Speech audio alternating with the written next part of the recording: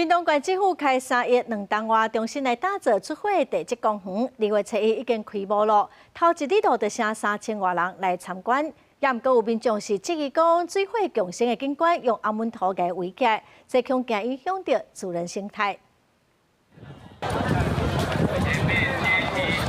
民众排队入场，屏东乡村的出火地质公园7日6日开幕，占地大约2.9公顷。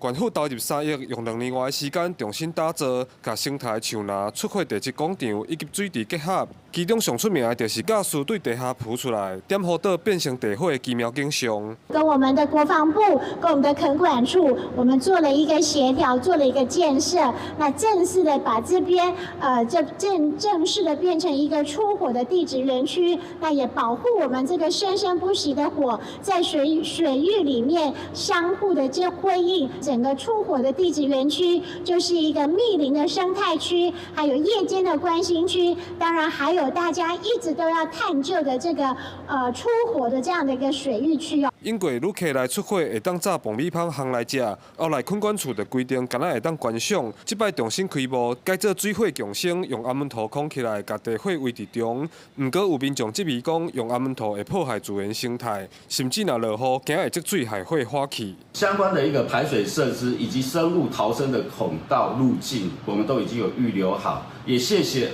之前有热心的一个生态民众也提供我们的意见。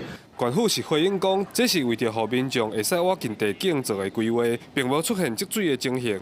县府嘛希望重新开幕了后，未来出火地质公园会当成做南台湾看天星和观察地质的好所在。